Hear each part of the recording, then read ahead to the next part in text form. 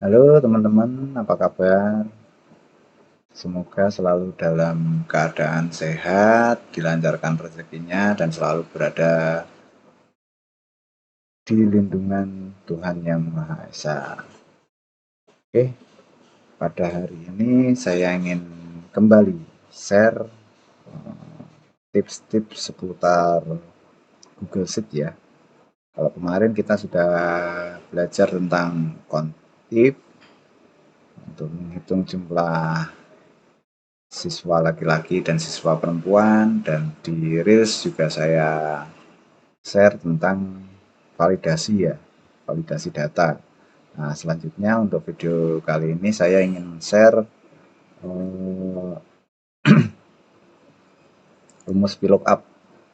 Nah, ini di contoh video saya ini saya ingin mengisi aplikasi seperti kartu nama ya, seperti kartu nama seperti ini, kartu atau identitas siswa berdasarkan data yang sudah ada, data siswa yang sudah ada. Di sini sudah saya siapkan datanya. Ini tidak real ya, ini fiktif saja namanya. Namun kalau ada nama teman-teman yang saya masukkan di sini nanti boleh komen di kolom komentar ya. Sambil saya absen, barangkali ada yang hadir kan, saya absen di sini, hadir gitu. Oke. Kembali ke pembahasan kita karena kita ingin membuat rumus VLOOKUP untuk mengisi aplikasi ini. Yang perlu kita lakukan pertama kali adalah kita tentukan dulu key-nya atau kata kuncinya. Kata kuncinya ini saya ambil di nick ya. Jadi nick-nya ini nanti kita tidak akan isi manual, tapi kita isi otomatis. Makanya kita perlu validasi data. Nah, untuk cara memvalidasi datanya ini bisa lihat di tutorial real saya ya, yang di kemarin. Atau enggak, ini sekalian kita bahas VLOOKUP, sekalian kita ulang lagi video cara validasi data ini. Saya hapus dulu validasi datanya. Oke. Nah, yang pertama kali karena saya ingin menggunakan kata kunci sebagai rumus VLOOKUP itu adalah nick, maka sel isian nick ini harus saya validasi data dulu supaya tidak typo. Nanti datanya tidak keluar kalau kita salah ketik kan. Kita validasi data dulu. Klik di sel yang ingin kita validasi data ya. Kita pilih data, lalu data validation. Kita add terus. Lalu kita pilih drop down form arrange. Lalu kita pilih select data range ya. Selanjutnya kita cari data yang ingin kita acuan sebagai validasi datanya, yaitu nick yang ada di kolom nomor pertama ini. Ya, kita blok sebagian aja. Kalau kita ingin select sampai ke bawah sana sampai tak terhingga, ya kita tinggal hapus nomor yang di belakang A-nya ini aja. Jadi A3 sampai A saja. Nah, lalu oke. Kemudian kita pilih dan. Maka di sini sudah ada pilihan untuk pengisian nicknya, sudah ada daftar nicknya. Kita tinggal pilih saja mau pilih yang nick nomor berapa. Nah, satu lagi, kalau teman-teman ingin model pilihannya itu tidak seperti ini, kita masih bisa edit ini, kita modifikasi sedikit, kita pilih di daftar data validasinya ini, lalu kita scroll ke bawah, kita pencet advance option, lalu kita pilih row. Nah, ini sudah berubah jadi tidak ada warna abu-abunya lagi, hanya ditampilkan tanda panah ke bawahnya saja. Lalu dan kita tutup ya. Selanjutnya kita langsung ke rumus VLOOKUP-nya untuk mengisi nama, alamat email, dan jenis kelamin ini. Ya kalau kita mau ngisi manual satu-satu juga bisa, tapi pertama lama, yang kedua nanti ada kemungkinan salah ketik dan segala macamnya atau salah datanya, karena sebenarnya sudah ada data yang akan kita ajukan di sini.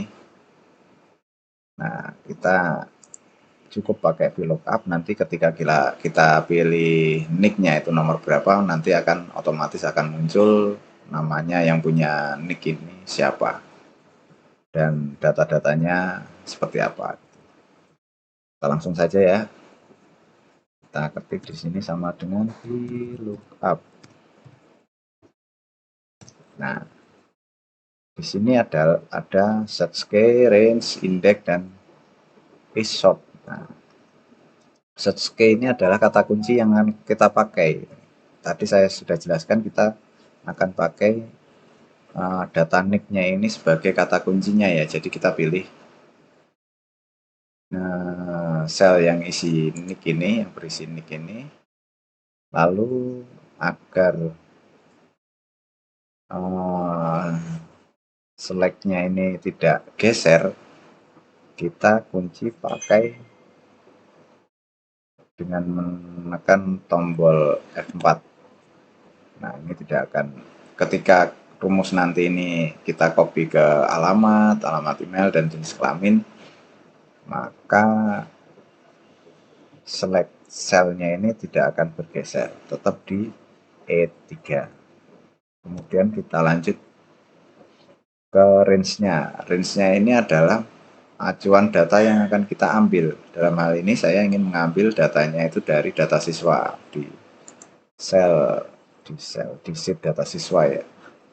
Nah, di sini ada nick, nama, alamat, email, dan jenis kelamin. Nah, kita select aja ini mulai dari data yang pertama, kita select, tidak perlu kita select semua, dan jika ingin select-nya menerus sampai ke bawah sana, kita hanya tinggal hapus saja ini nomornya ini. Jadi yang kita select adalah A3 sampai E tak terhingga sana. Nah, ini juga sama, supaya datanya ini tidak geser ketika kita copy, kita kunci dengan menekan F4 satu kali ya. Lalu kita lanjut ke indeks. Nah, maksudnya indeks itu ya, kalau kita VLOOKUP itu namanya, kita VLOOKUP itu vertikal, melihat data berdasarkan data vertikalnya. Nah, kenapa itu gunanya, kenapa kita harus nomori tiap-tiap kolomnya ini ya.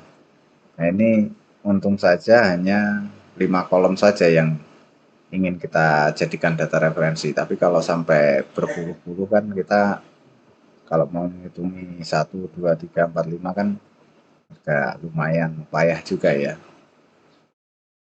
Nah, itu yang maksudnya indeks itu adalah urutan kolom dari data yang kita select ini.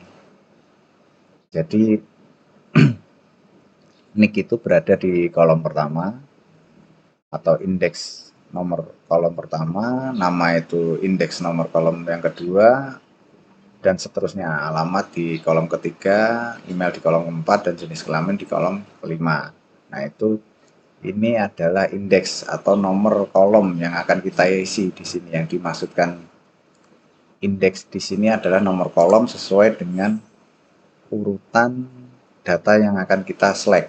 Kita tadi kan select dari nick sampai jenis kelamin ya. Jadi indeks yang pertama itu pasti nick, yang keduanya nama, yang ketiga dan selanjutnya ya alamat, email, dan kelamin.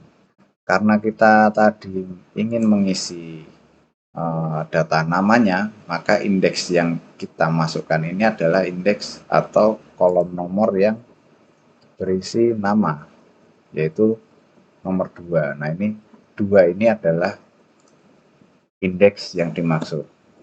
Nah, setelah itu kita ketik koma lagi ya, selanjutnya adalah is sorted. Nah, ini maksudnya jika ditemukan itu valid atau tidak. Maksudnya adalah yang ingin kita masukkan itu datanya yang betul-betul sama persis karakternya atau yang mendekati saja. Ketika ingin kita masukkan data yang mendekati saja, itu kita tuliskan true. Nah, kalau karakter yang sama persis, kita ketikkan false. Karena kita ingin mengisi data siswa ya, tentunya kalau berdasarkan nick kita harus mengisinya dengan data yang persis atau karakternya harus sama persis. Jadi kita pilih false. Nah, ini sudah jadi.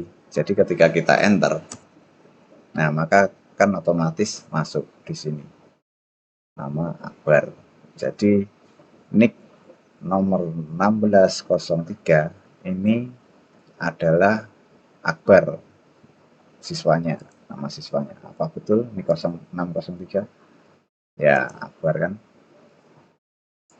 Selanjutnya kita mengisi alamat ya. Alamat ini jadi ini tidak perlu kita ketik lagi rumusnya, cukup kita copy saja. Copy lalu kita pastekan di sini. Nah, ini masih Akbar namanya. Ini masih Akbar, tapi tadi kan kita ngambil next indeksnya kan indeks yang dari kolom nama, sedangkan kita mengisi data alamat. Jadi kita lihat sekarang alamat itu berada di indeks berapa. Nah, alamat itu berada di indeks ketiga. Indeks ketiga. Jadi kita cukup ganti rumusnya ini ke 3 saja. Lalu kita enter. Nah, sudah jadi. Kita atur dulu. Nah, seperti ini ya. Oke. Sudah di jalan nama. Jalannya sudah, alamatnya. Sama juga kalau untuk mengisi alamat email, ini tinggal kita paste saja. Jenis kelamin kita paste saja. Nah, selanjutnya kita tinggal ganti indeksnya saja. Kalau alamat emailnya tadi ada di nomor 4 atau indeks nomor 4, kita ganti nomor 4. Nah, sudah otomatis terisi dan jenis kelaminnya itu di indeks nomor 5. Kita ganti saja nomor 5.